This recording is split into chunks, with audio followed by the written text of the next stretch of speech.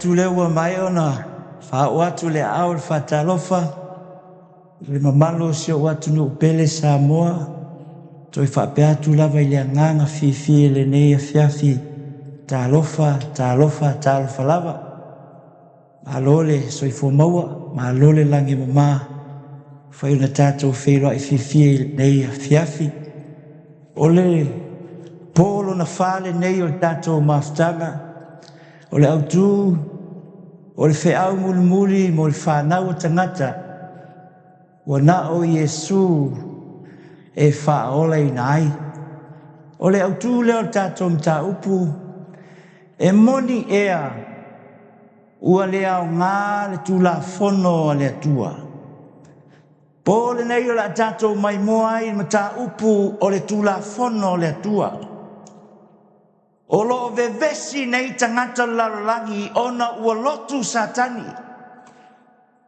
Mata e iai se tulafono. E leo ua tuitu i whao le satauro.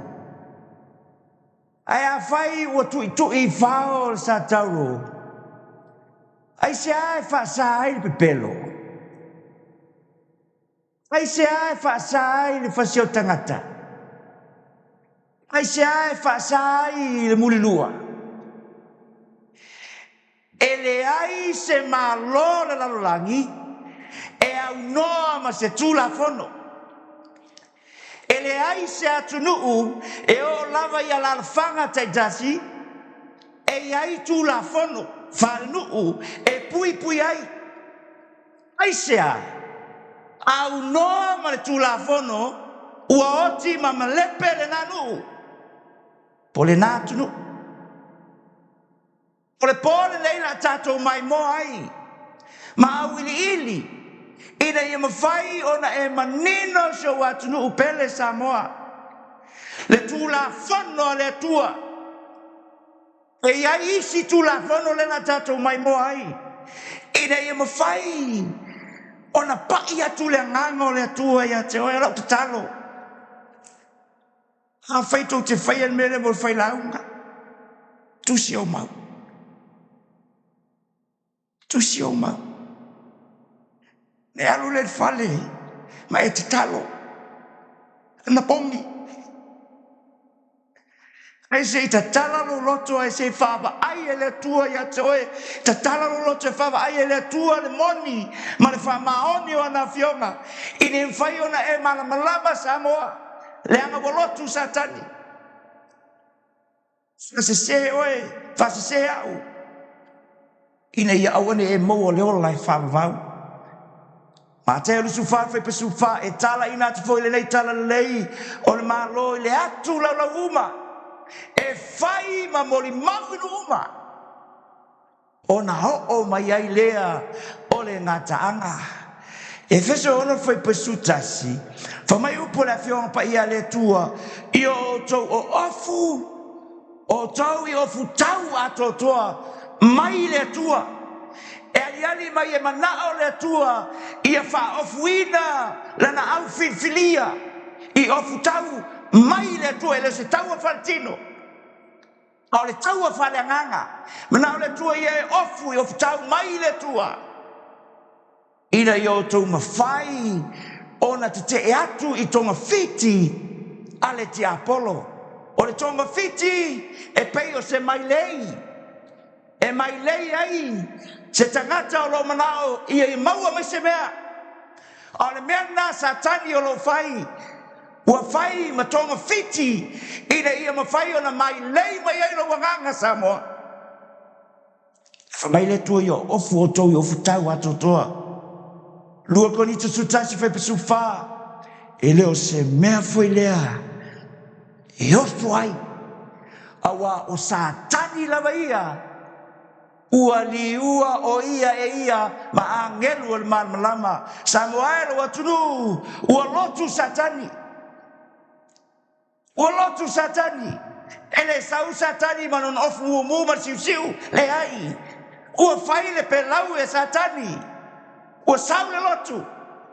Le anga ua liua o ia e ia. Ma a ngelu o le malama. Ua lotu satani. O se me le lei le lotu. Ai va ai ina nei a vea ma tonga fiti. A satani e te oti ai. E au ngā le lei le lotu. O le lotu tātou te o tātou te tāpua i ai. Ma ave ai le vi inga i lo tātou tua. Aola u te talo mo oe Samoa lo atunu. Alu oe whai lo research. Sue. Whai tusi o mau mai alu e sue. Ida ia ma whai o na e loa. Le mea lai fina ngalo ai le tua. Afa mai le tua e whai. Ai sea. Le anga o fina ngalo le tua ia e malmalama mo mamla. Mo tātou iai uma. I le ola e whawau. Ma te olu sufa, fe pelu sufa, wai tu mai ke riso pe pelo. Ma perfetta pe pelo. La tau te whaia whailonga te tele, ma mawenga ina ia whaase se ai, i e ua whiri e lava. O le upuna iei, pe a whai, e ma whai ai, o mafuanga, e le ma whai ai o le whaase o e te Apollo, o nai a te o Yesu. Ne puna le vaiola. Sa tato mai moa e po. Ana po. Le alo whaatanga. ina wo e maua Yesu ona savani le pumoni o le ola fa pa ina ila pa ina o to la wa fionga o la wa fionga le pumoni lea ele mfai e se tangata no fa se oe le anga o lo ia te oe le pumoni ma fanga le tala ina tua le tala le ia tu la uma e fai ma mori mau ko mai la tala le Yesu e ba mai so amene Yesu le pumoni tu spaia o le pumoni ma le tu la fono le tua o le pumoni sisila fasolo ina ne i o le ngia i tatou satani awa tatou te leva le lea i ana ton fiti e le mawhai o le whaamalea o e satani samoae pe a whai o naia te o Yesu o e malamalama le pumoni o Yesu e ale la fiong pa ia le tua le tau mai ai whai loa mai a te oe e le mawhai o na whaamalea o e satani tonga fiti mua le la tatou mai mua hai o le tonga fiti o te ola i lau lotu tonga fiti mua le ango tangata Samoa pe ona whatu ana po Samoa se o atunu o tangata lo lotu la tau te tania Yesu whawhetai Samoa o e suma i la whiawhine nei o e whaafonga mai whaalongo le upo ane atua o tangata lo lotu a vea le lotu ma tonga fiti o te ola i lau lotu sisire ea whasolo e upo le atua ma te e fitu whai pelusu tasi whamai upo le fionga le atua Yesu la vea lo whetalai e le sa watu malo langi la to uma o e whai mai a te au leli ie na o le na te whaia e fina ngalo o lo tamau le langi wai tangata ia tau tala ai o tangata lo lotu e te fiu e te alo e su e se fare kalapu po fese me o lo fai e se pingo po fese me o lo fai e se siva e te le whalongi tangata halleluja halleluja le ai fete mawai tonu o farsa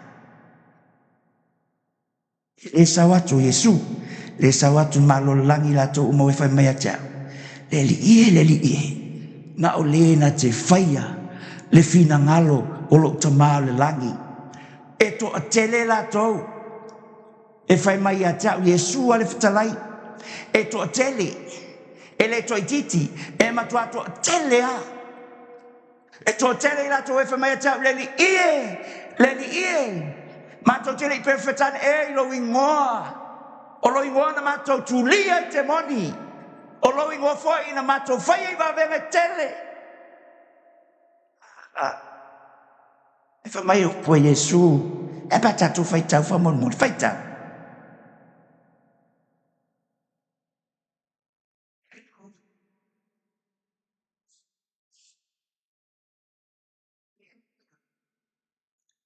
o Yesu le fetalai fa mai o po la fionga le tua ona o ta tino atu ai lea ia te la tau o te le loa lava o tau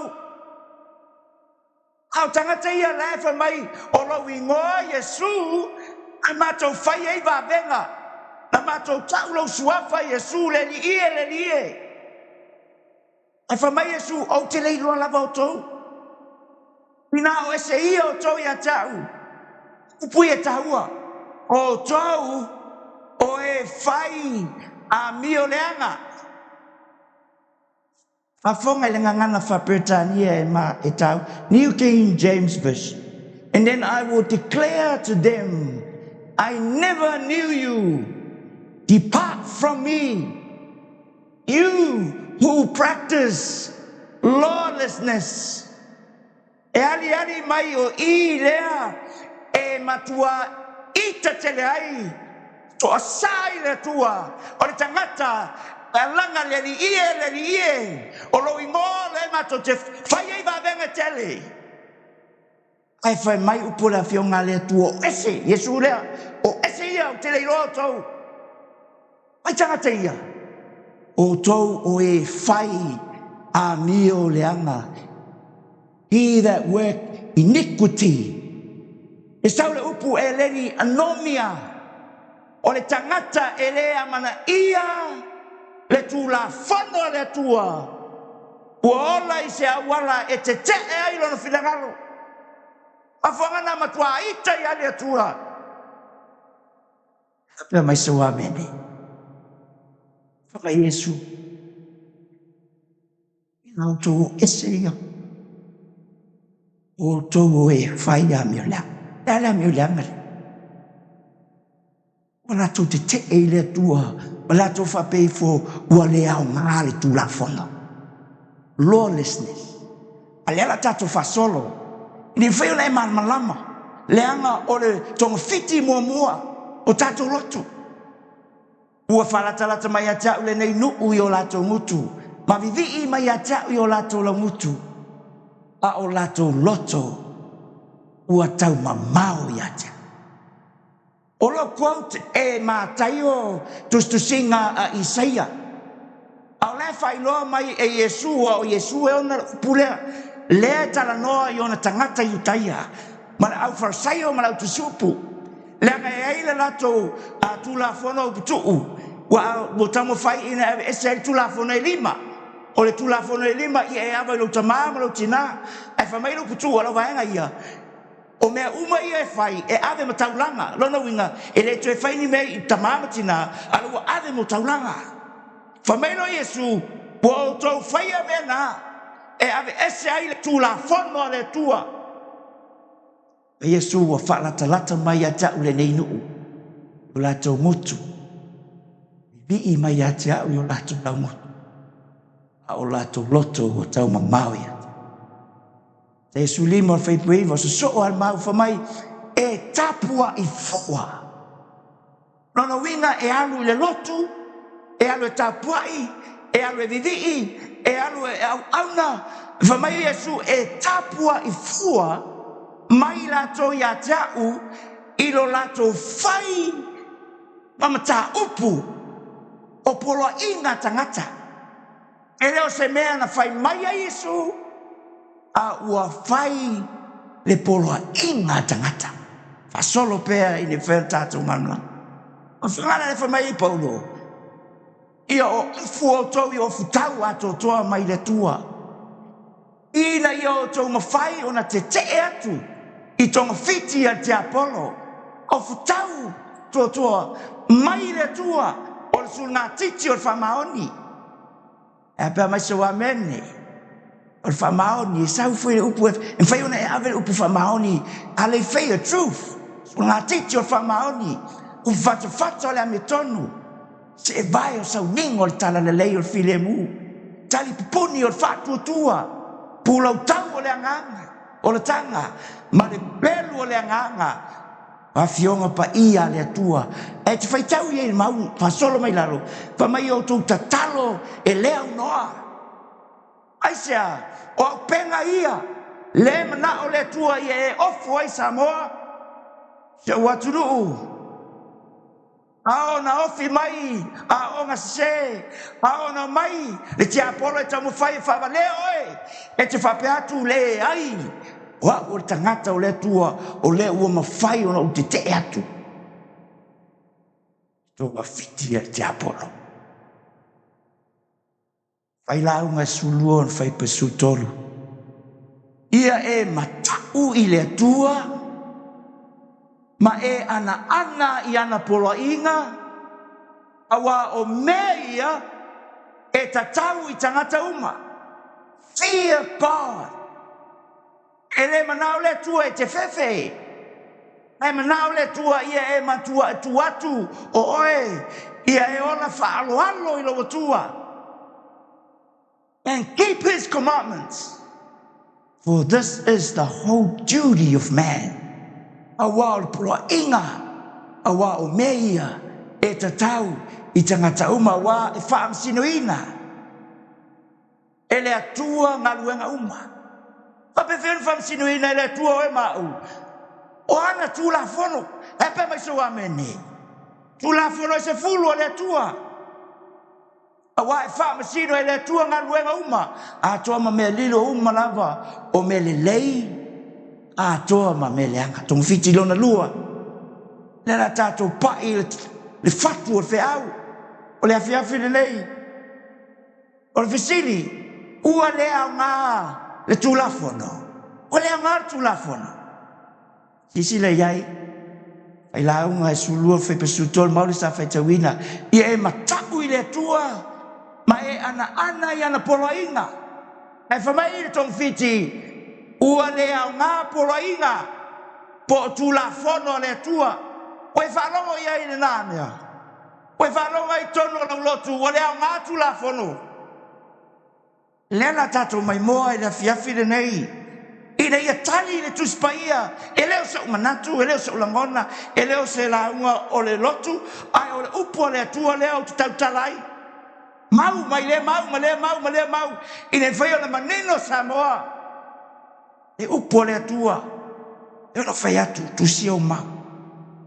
Lau te talo e te alu whale le pole nei. E te talo i manu pomu. Whai ona pai atu le nganga o le atua.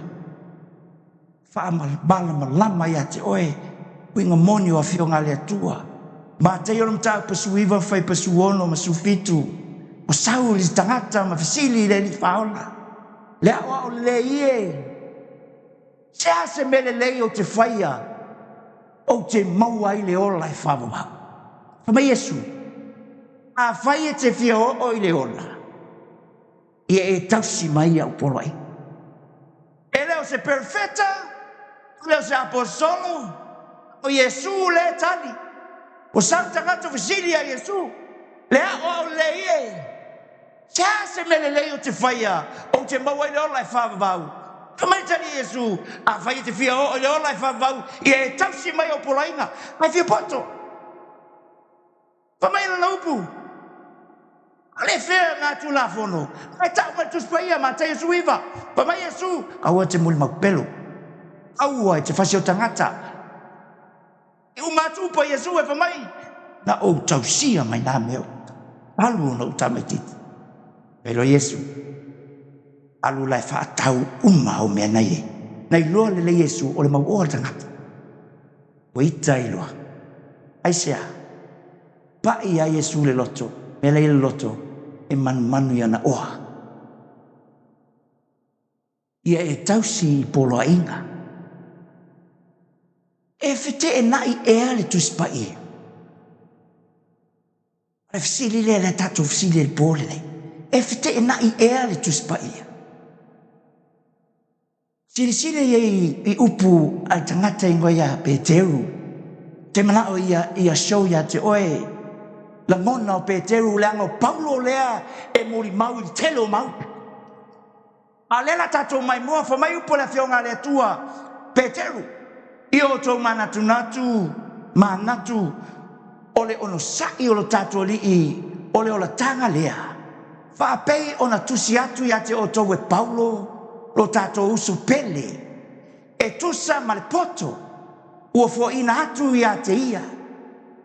Whapei o ana tusi umalava, o lo o talatala i na ai nei mea, o iai inisi upu o whaamatala tā.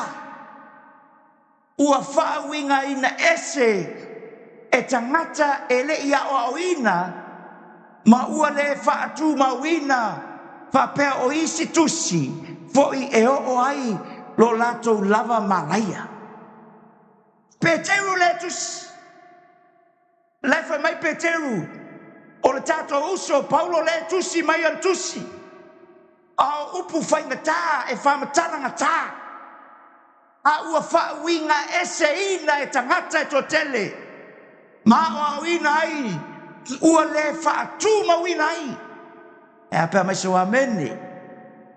Ua amata, ona whamatala mai e Peteru ma o mai. Leango Paulo le tusi, le la tato mai moa i Sicily ei. Paulo le tusi e tusi. Kolose luon fai pesu wha. Pa mai upa na whionga le tua, ina ua soloia tusi lima na sala ai tatou tu la fono sa te te. Mai a te tatou ua ave se ina ai nai le vai loto.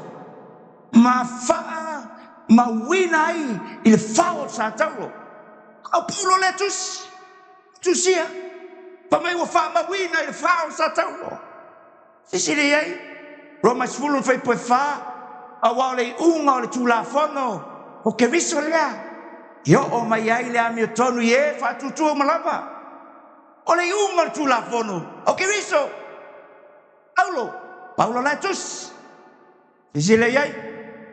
A o tau o lo ua ta wami tunuina i tulafono. Ua te ese lava o tau ma ke riso. Ua pa ua o tau na ila lofa tunoa. Ua fite na i e tulaf. Ua fite na i e tus pa ia le te fai tau ai. Fa mai Peteru usoe. Tusia Paulo. E upu e whai ngata. Pa ua whamatala e tangata, whamatala se tangata. Lela tatou mai mo ai. Pa mai le Roma le tolu. Fai patosu tasi. Paulo ale tusia. E fa mai upo Paulo. O le nei.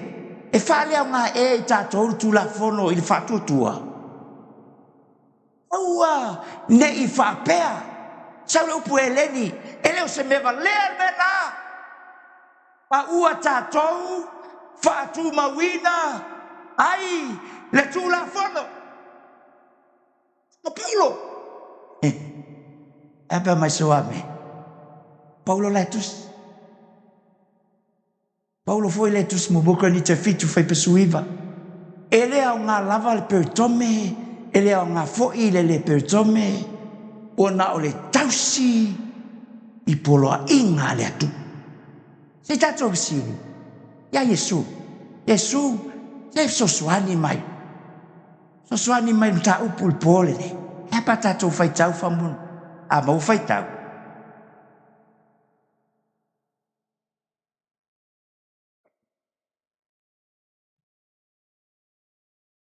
Ma Yesu e ma vai ngō fiatu le langi o ma vai le langi. E ai. E ale nei laro langi. Le ati soi fuamo o lai. Ai le uvale. Sina fasi ma tai tusi. E tasi o le tula fono e o le koma. E o le piliota. E le i mawhai o na mawai. Le anga fa mai Yesu. E ma vai ngō fia le langi. Male lalolangi ai le mawai sina iota o sina fasi matai tusi o le tulafono. O le fisili le tatu fisili e pole nei ai si ai fo linga ai ua fite na i le tusi pa ia. Samoa e lo watuno. E lo o fite na i le tusi pa ia. Ai o le lavo o le tatu mai moa su e ina ia awili ili mai. Mama fai e ona eli mai le mea nei fina ngalo i le atua. E ala i ona au nalo tusia e pe o Paulo. Pasolo mai ai fa mai Peteru. Pasolo mai ai se ona ia Yesu. Lai fa matala mai ai. Le moni ma fa maoni o a fionga le atua o lana tu la fono. E tu mau e fa babau. La tato mai mo ai. Tandelu le iwa o fai pasutasi. E pa tato fai tau fa mo le fai tau. O Israel mo foi.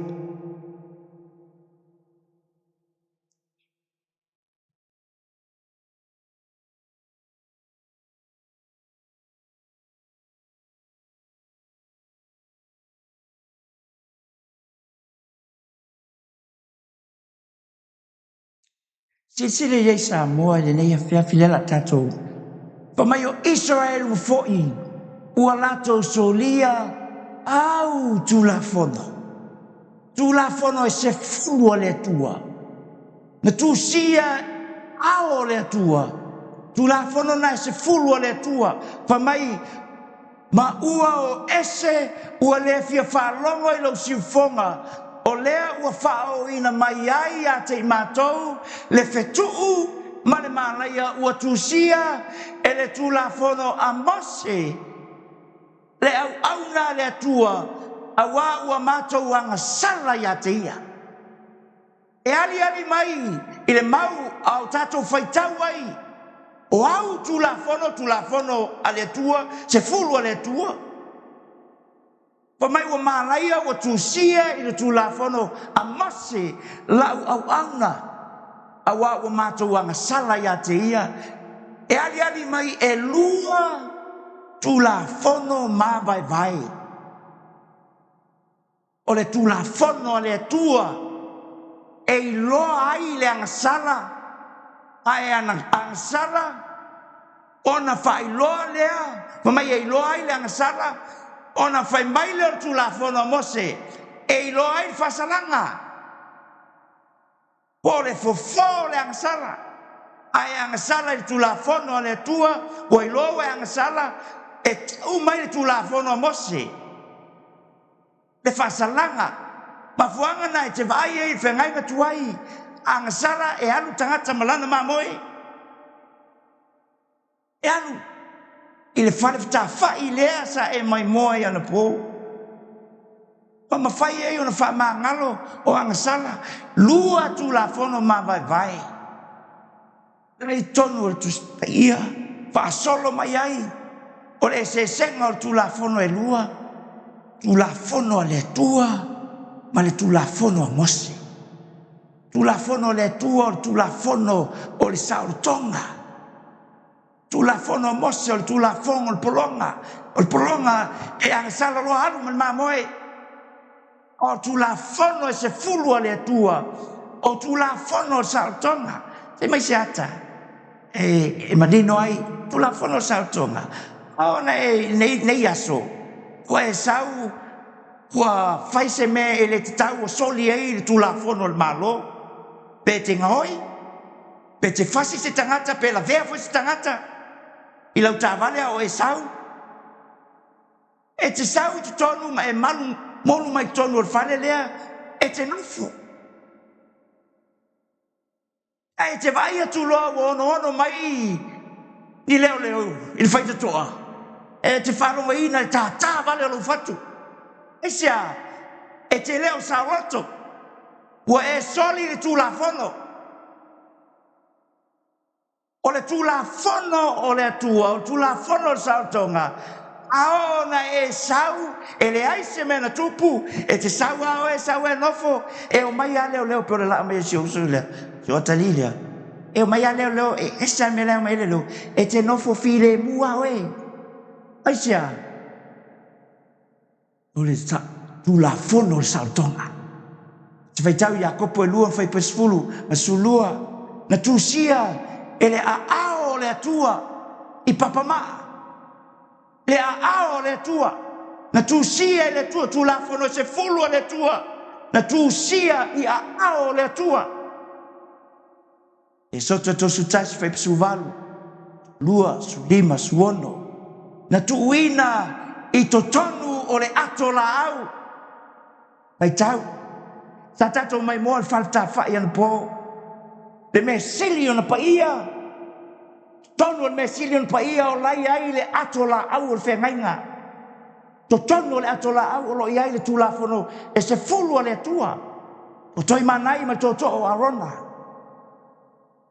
famai upu tuuina i totonu o le ato laau e pe mai so amene le tāua o tulafono le atua e soto e fasfulu fai pelusfulu na iai ao le i'o mai le agasala e iai mau o lo'o mulimuli mai i tatou te pa'i ai na iai ae le i'o mai le agasala uli ane tolu fai poefā luma fānu fai pesulima na te fa'iloa mai le agasala Roma tau poefitu fai poefitu sa moa e tusi au mau au te talo i alu pole nei mai te talo mai sue eli le fionga pa ia le atua le anga e tāua tele e tāua i le atua lona tulafono le tulafono lea le atua e mai ale langi mai tau mai ale langi a tau na ngasala tua o mai papa maa ya Mose ai mai ale tulafono mai ale langi mafanga na e tāua tele tulafono le tua a o le tonga fiti ua tapa whairi te apolo e eliese a mese tulafono le tua o le mele patino i le tua e manu ai le ngona o le atua mo ona tangata ina ia i loa tangata a o le whamasino ina o lo i aile tula fono le tua i whamasino ina na te whai loa mai le angsan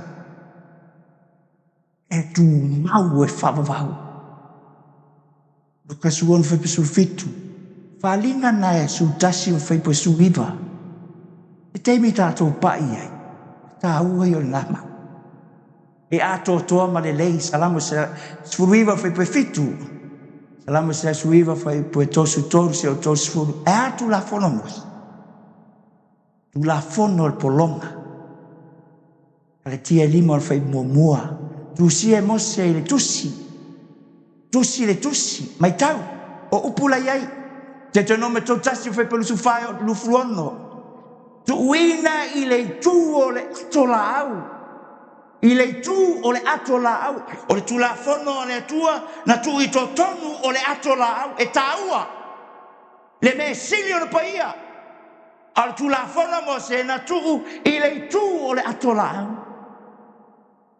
fa popo mai ona o le angasala tangata o le fufo o le angasala e tau mai le tu la fono mo se a fai wa angasala e te alu mana mamoe fo le angasala e le tu mau ua tu i fao sa tau lo se luon fai pesu fa e le fa ato to i nai se tas e pere fitu fai pesu iwa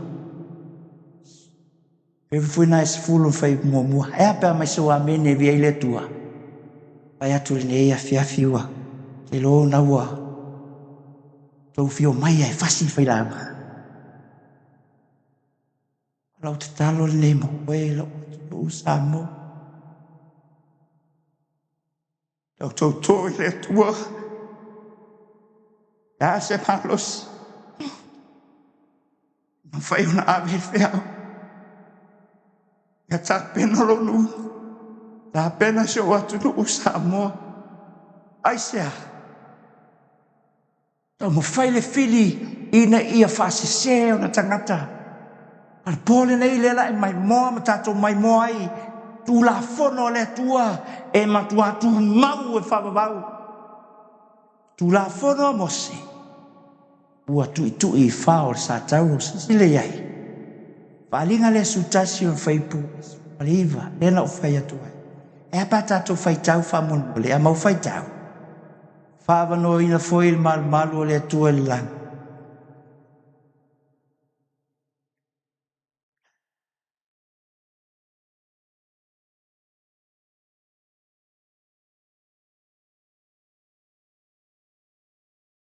sile ai upo la fionga le tua Ioane le moto patang falinga Yesu ke wisan tu ina mai lona tamal lagi fa o mai angel lo o mai lana u auna Ioane moto patamo fa mai upatus pa ia ua fa no ina fo ile mal le tua ile lagi ona i loa tu ai lea o le ato la au o lana fiangainga i lona malu o le langi le fa matala mai upo la fiong pa ia le tua o lai ai le ato la au o le fiangainga e pe mai so amene a e to e fa longo mai fa pe i foi tangata o la ngo le nga tu la fono e tau ile ba lea a fai o le nga tu la fono le tua a lai langi le ato la au o la fiangainga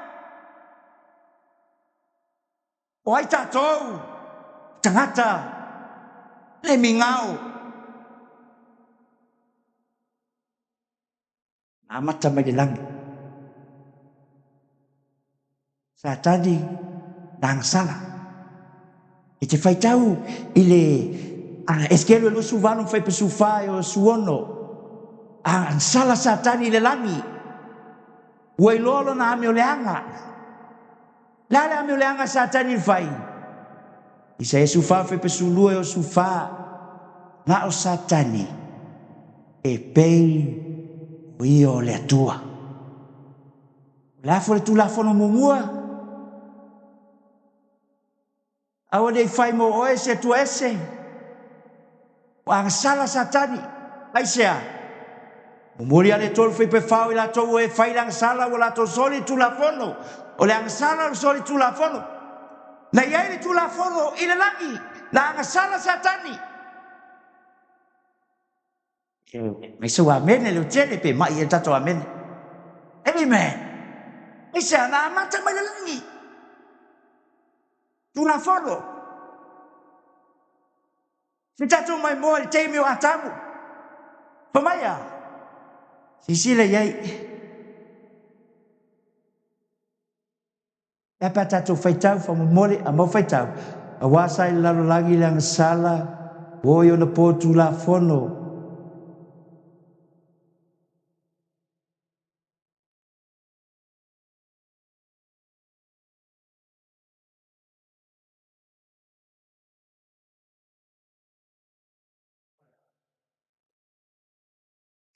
Faitau le kenese tolu fai pelusu lima. Lai famtala mai ai tuli. E siana tuli ai. Ai siana tuli ai ata Eva. Le famtala. Wasa i le lalo langi lang sala. Wo yo na po tu la fono. Ai le ita usala ina. Pe ale ai tu la fono. Pe ta ina malo le oti. Talu ya atamu o ya mos. Wo lava ie na ngasala. E pei o le soli tu la fono a atamu. O le ale ngasala atamu. Ilo se tas. Le ale ngasala atamu. Tu la fono mua mua. Le ale tu la fono mua mua. Awane i fai mo oe se tua ese. Fa mai le a satani. Mai le ngata. A fai te lua ai le la. Ona fa pupula leo lua mata. E pei o lua ni atua. Anga sala satani, anga sala atamu, se fulu, au ngā tupulanga se yo ya noa. Noa le whanaua semu hamo ya feta, semu whanaua whasolo maile ngafa se yo ya Abrahamo. Abrahamo le se yo ya Yakopo. Yakopo le whanaua i tuai ngā sifulu malelua. Le fa solo mai se yo ya Mose le na tu uina ye le tua le papama o le tu la fono mele ye manino Samoa ile pone nei o le tu la fono le tua na mai le lagi fa solo mai lava se yo mai a Mose fa solo mai lava se yo mai ilisi Mose fata va ale tu watu o toluma. Tu la fono ale tua e tu mau e fava. E ba me so amene. Lu pol nei matua i e manino ato e fa longo fa mai o le ngatu la fono e vai sai o tu era mena. Tu mau tu la fono ale. Yo to mana tu natu. Si sire ye tu la fono ya Mose. Yo to mana tu natu tu la fono Mose la au na upolo ya tuai ya te ia yo repa. Ya Israelu uma tu la fono ma fam snonga tu la fono Mose fa ya tu ile tua ya to poloa ya tu ina ia tu la au na poloa ya tu ai ya te ia yo repa te nome to tasi fa pelu sufa fa mai wa uma foto na tu sia e Mose o pole nei tu la fono ile tusi o ina atoa o le atua na fonga ina atu fai loia Mose o Mose na tusi fa mai upo tuspai o upo le nei tu la fono ile tusi o ina atoa al tu la fono le tua fa mai le soto to su tasi fai pesu valu o uma atu ana feta lainga ya Mose le maungo Sinai o na vatu ele ya te ia e io papa e luo tu la fono o papa lava na tusia ile a ao le tua pe mai so amene awane yo to manatu Yesu le fitalai Samoae awane yo to manatu wo sawe tatalaina le tu la fono o te le sawe maliu e tatala tu la fono ia tanga ngoi tanga faso tangata tanga mulua tanga mul mapele ai O ni o tau manatu o sau te talaina tu la fono. Po le au perfecta. Tele tangata wala au ma wale au ngar. Whengai ngā tuai. Kau i nār, whengai ngā tuai. Le teime o Yesu marawa apostolo. O le tuspaia le la. O le whengai ngā tuai. Ma whangana te whai tau tuspaia. O lai quote Yesu. Le teime te mau mai a Isaia. O lai whamatala mai ai. Po le au perfecta. O te le isau e ta talaina a ia whaatau nuina. Sisire e whamatala, ma te e tolu whai pasu 5, o tali atu Yesu whapea mai, tu mai nei pe ia, a wā e whapea o na tatau i a te tātou, o na whaatau nuina, o mea tonu uma, lona winga o whaatau nuina o whaia. Atu Yesu e papatiso, e whamai ane, te saua e papatiso au, e whamai Yesu, tu mai pēa ia, a wā e whapea o na tatau, i a te tātou o na whaatau nuina, o lona winga o le whaia, e a pēa mai soa mene. La whaitou te alolofa mai a te au, i o tau tausi mai au poloi.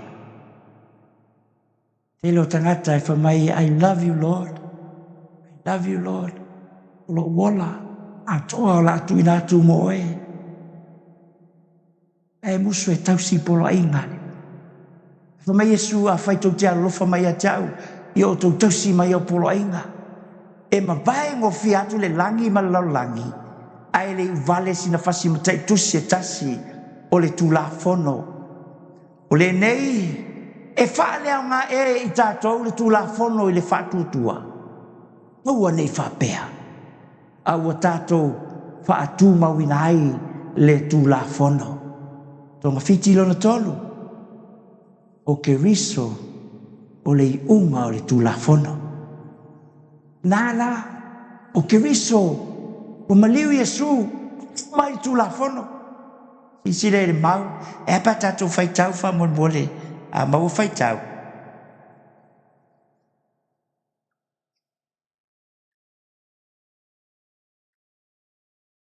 Whaftai, whamai upola whionga le atua, a wao le unga o le tula fono o ke riso lea, e o mai ai le amia tonu, i e whaatuatua o malawa. Po whengai ngatuai, sa maua le amia tonu ala i le tula fono, a vea matai taitama o whengai ngatuai, i mawhai o na tau amia tonu ina pe amia tonu, e ala i le tula fono, e tausi tula fono, i nei mwhai o na tauami e tonuina ala i tula fono. Peitai, ua maliu Yesu. O le ato tuanga lea, o le amio tonu, ua ato toa ai, le whaingangi fau, ua mwhai o na tāpena Yesu le ala fau, mo oe mau, e mwhai e o na e uruatu le mesili o na paia, o na o le toto, o le tamai ma moe, lona winga, kolose lua no whai pasufa, ina ua soloia le tusilima, na sala i tātou tula fono, sa te e mai, tula fono mose, e pe mai so amene, tula fono sa te e mai, a anga sala tula fono le tua, o le tula fono mose, e mai fufo, le arfo, e te alu malau mamoe, e osi e taulanga, ina ia mwhai o na whamangalo ang sala. Ina ua maliu Yesu, e te leto e alu masau mamoe. E osi e taula. O le unga le tulafo. E riso. Tulafono mas. A le tulafono ai a le sa moe e manino. Tu mau e faru. E le suia. Sisile nei. Le sa tatou mai moai. Fono le atua, la fono mas. Tu la fono mose lea o tu i fao satao. Al tu la fono le atu. E tu maua. Se o le aso e fio mai le tato li faola. Tato te o atu i le langi o lai ai le ato le whengai. Ato la au le whengai. O lo i ai papa maa ar tula. O le nei e wha leo ngā e i tātou tu la whono i whatutu. Aua nei wha. Aua tātou whatu mawina le tu la whono. Se wha pēo wa o i loa o ia. Ai le tausi e ia i ana polo inga. O le pepelo lava lea. E le o i to tonu ia te ia leo. I sei e wanu whai pelu sfulu. I nasa ili ia i le tu la whono mane mau. A whai la tau te le tautala e tusa ma ia upu. Ua le ai lava se malama lama ia te lato. Palinga su wha whai pesu lua o le mele nei. Wa iai le ono sa'i o lau pa ia. O le mele nei wa iai e tausi polo inga le tua. Ma le wha tua tua ia Yesu. Amu i la tau e whai ana polo inga. Ina ia tanga ia la tau le la au le ola. Ma ia la tau watu i le aai. Iona whai titoa. Malaki le tolu whai pue ono. Awa o au o Yehova. E ile me taua o te mana o e shea ia te oe. O mea tolu sa laungaina i se tasio au na le atua o lo lala mai. O mea tolu i le suia i le atua. Paia mea tolu. E le suia i le atua na upu. Numera lusu tolu fe pesuiva o le atua. E leo se tangata e tala pe pelo ai. E whaatau nuu lava ia na forfulanga. E le suia e le atua na upu. Lua.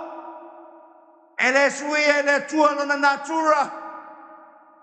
Whaatau le mau awa o au o Yehova. Au te le liu. I will never change. Today, yesterday, and forever. Ele suia le natura le tua. Ele suia le tua no upu. Ele suia le tua no natura. Tolu. Ele suia le tua la natura fono. Me tolu ele suia le tua. Awa tama faita gata e fasi se. I tonga fiti e ave ese tu la fono le tua. O le atua lava ia.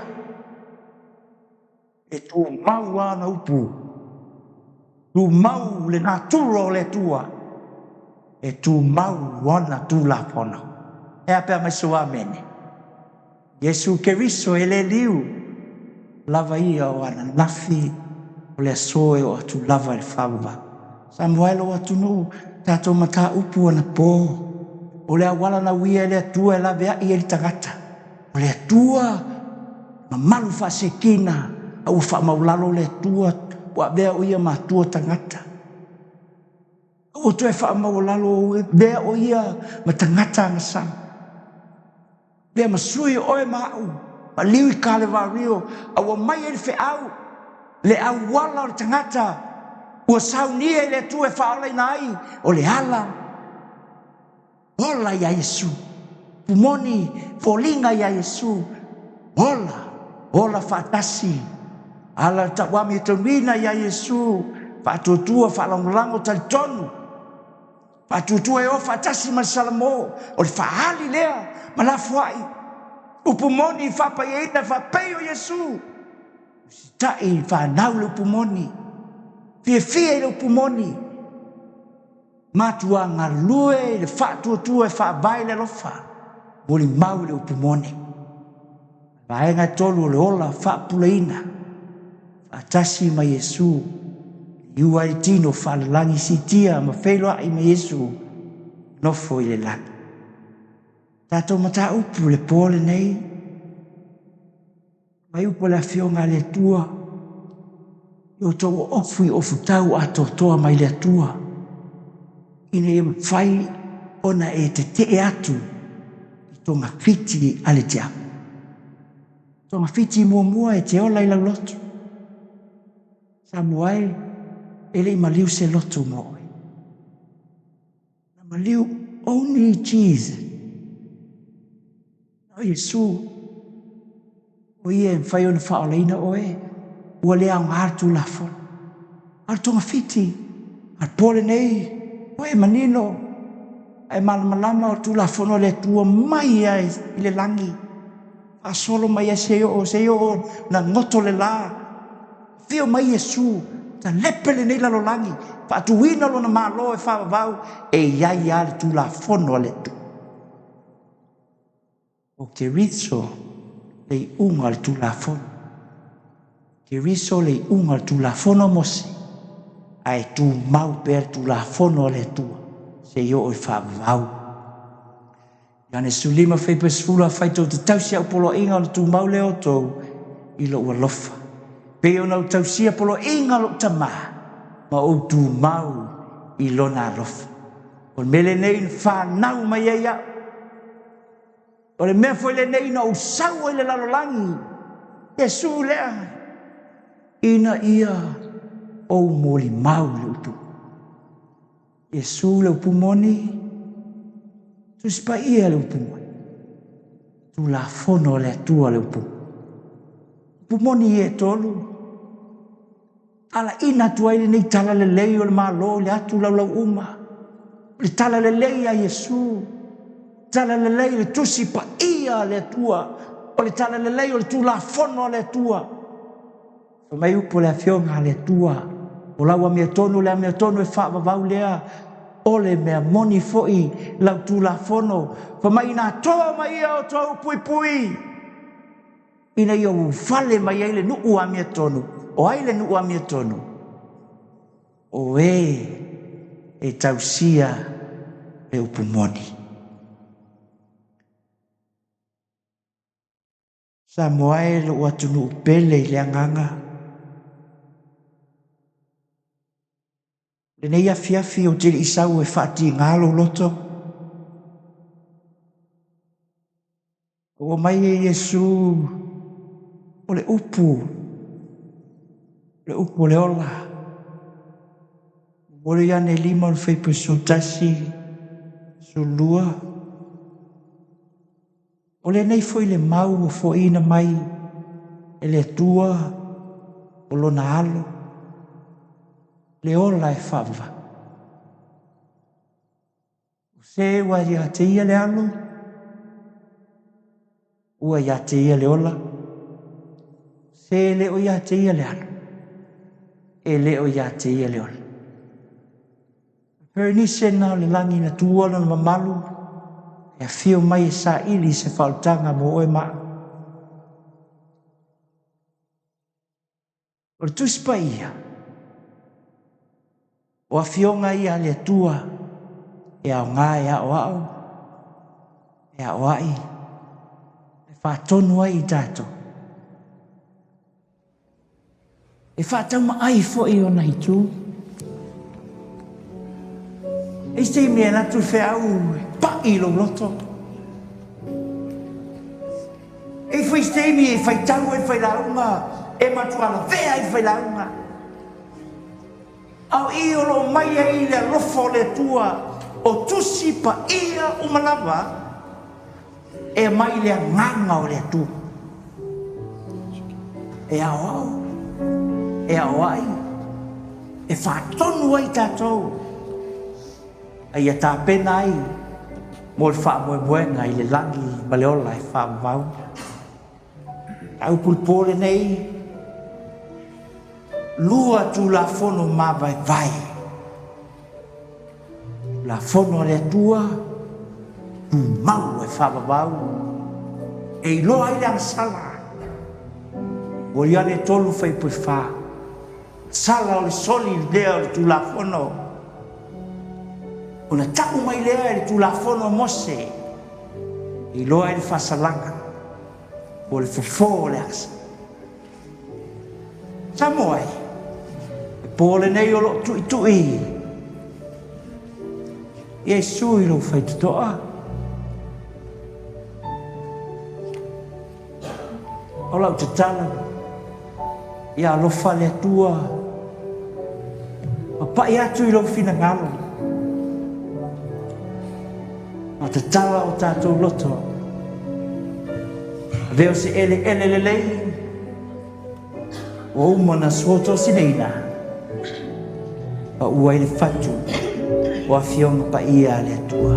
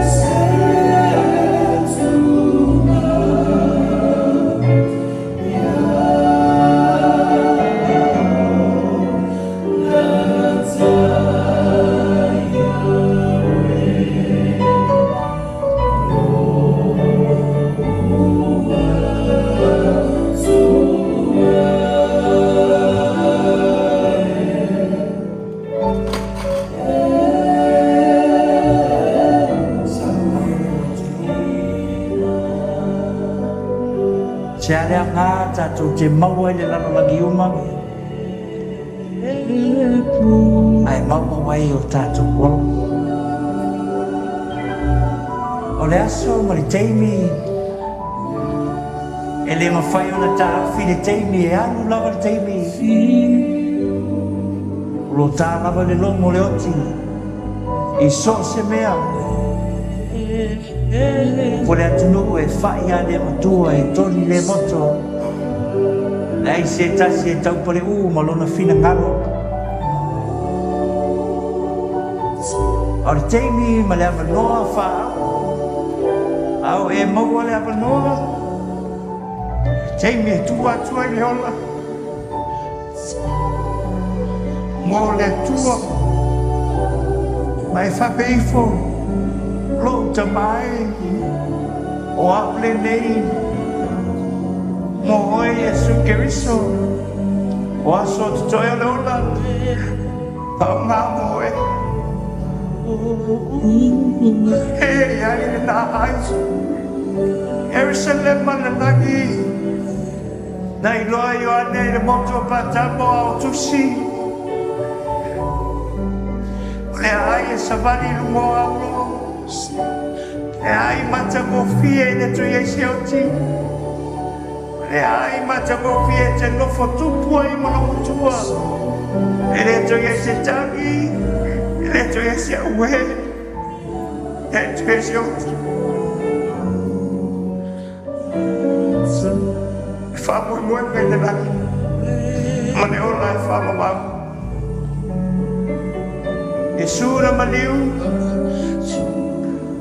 Mo oe mau i le i e sau loto.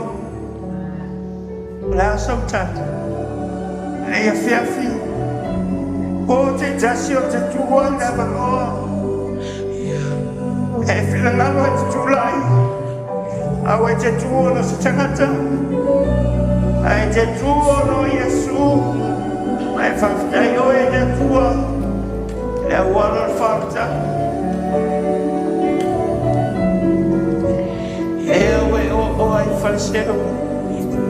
Ai sai mao mani e.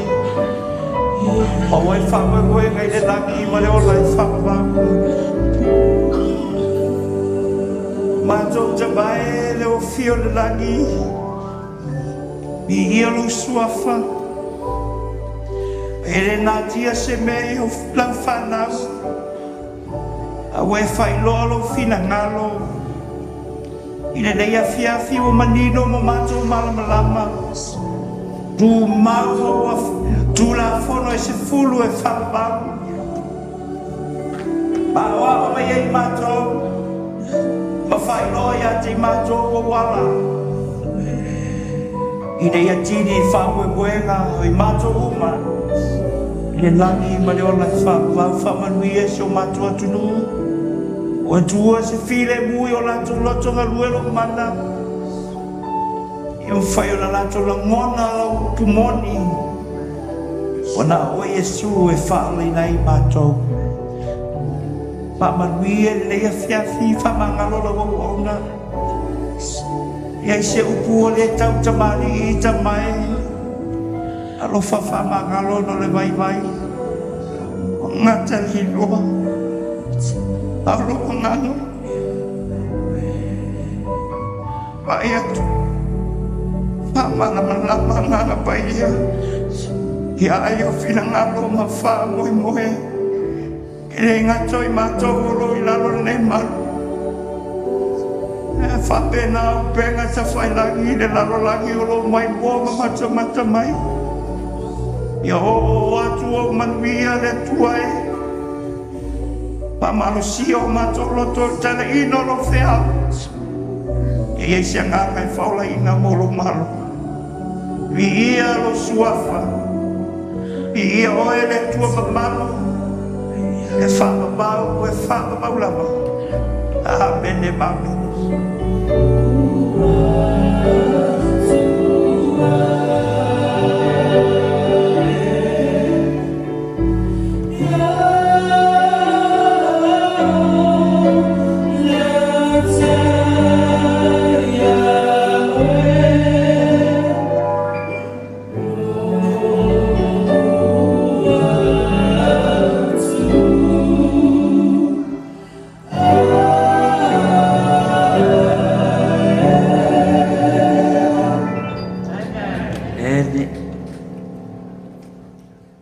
atu le nganga whaftai so atu lupele Samoa tau ia foi o le whaatalau la atu e tua tātou wenga rofa le atua ma amanuia tātou tamā mati tua lau talvou ialo ma whanau tele le atua e le isa tātou mta upu toe amata tātou ukalame i le aso mafua pa iloa tuai tātou